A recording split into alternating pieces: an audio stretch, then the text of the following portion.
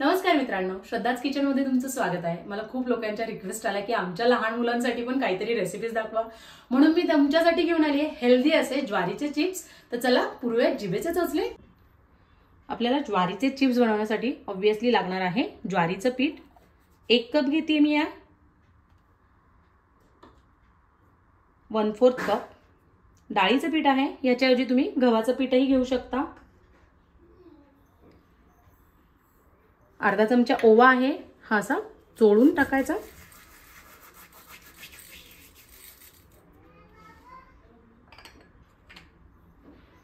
अर्धा चमचा बडीशेप, ती पण थोडीशी चोळून टाका किंवा तुम्ही त्याची पावडरही यूज केली ना तरी चालेल।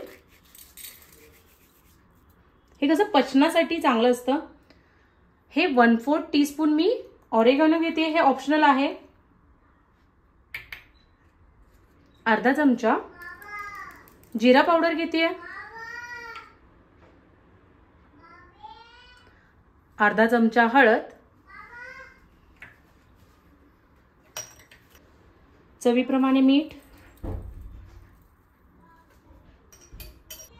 2 चमचे तूप घालते मी, कारण की आपण लहान मुलांसाठी बनवतोय ना, तर तूप घालते। आणि यामध्ये तुम्ही मिठाचं प्रमाण कमी जास्त करू शकता। आणि ही स्पेसिफिकली 1 वर्ष ते 1.5 वर्षाच्या पुढच्या मुलांसाठी हे चिप्स आहेत, कारण की यात मी मीठ घातलंय आणि शक्यतो आपण जोपर्यंत मूल 1 वर्षाचं होत नाही तोपर्यंत आपण टाळतो ना, म्हणून। आता मी ही कसुरी मेथी घेतेय, ती पण अशी चोळून टाकते। ही घेतली आहे 1 टेबलस्पून घेतलेली आहे। हे छान मिक्स करूयात।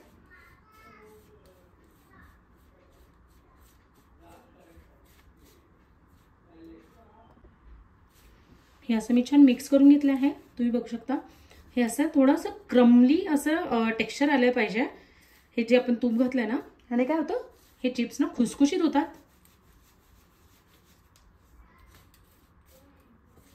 आता आपण याला ना थोडं थोडं पाणी घालून ना घट्ट असं पीठ मळून घेणार आहोत। पाणी एकदम असं नाही घालायचंय, थोडं थोडंच घालायचंय, नाहीतर खूप पातळ होऊन जाईल।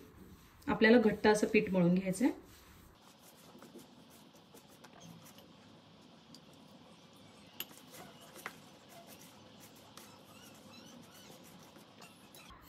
यात 1 चमचा मी पांढरे तिळही घालते,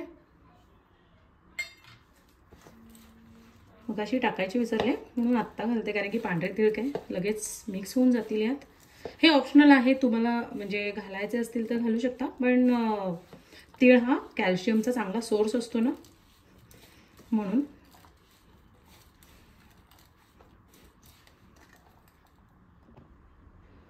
तुम्ही बघू शकता अशा प्रकारे मी हे पीठ घट्टसर असं मळून घेतलेलं आहे। आता आपण याचे चिप्स लाटायला घेऊयात।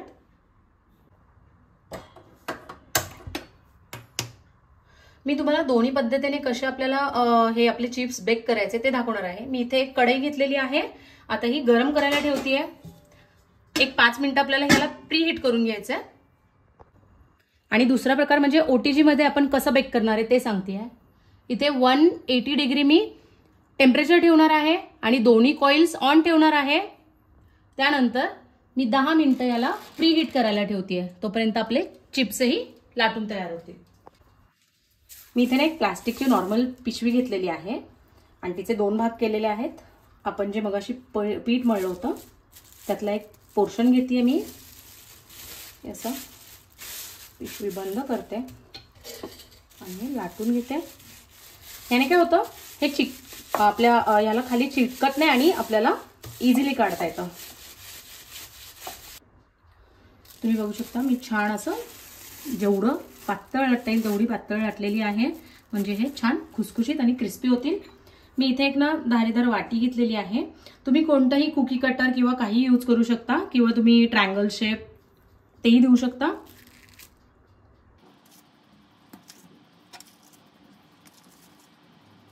मी फोर्कने ना याला छोटे छोटे असे होल्स पाडते, जेणेकरून छान असे क्रिस्पी होतील।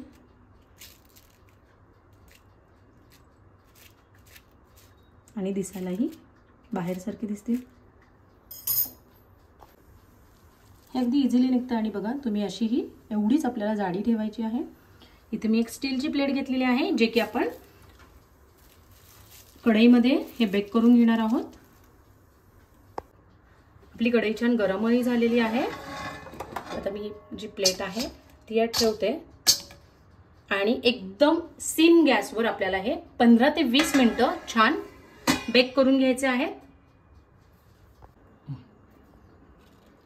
आपला ओव्हनही प्रीहीट झालेला आहे. मी याला सेंटरच्या खाच्यामध्ये ठेवते आणि आता 20 मिनिटं आपण याला छान बेक होऊन देणार आहोत. 15 मिनिटं झाल्यानंतर आपण एकदा चेक करणार आहोत. 20 मिनिटं झालेली आहेत आणि आपले हे जे ज्वारीचे चिप्स आहेत ते रेडी आहेत. मी याला बाहेर काढून घेते आणि आपले गॅसवरचे अजूनही बेक होत आहेत. तुम्ही बघू शकता किती छान असे मस्त बेक झालेले आहेत. हे थोडे गरम आहेत. हे थंड झाले की मी तुम्हाला दाखवते. मी कढईत ठेवलेली ही आता आपण चेक करूया.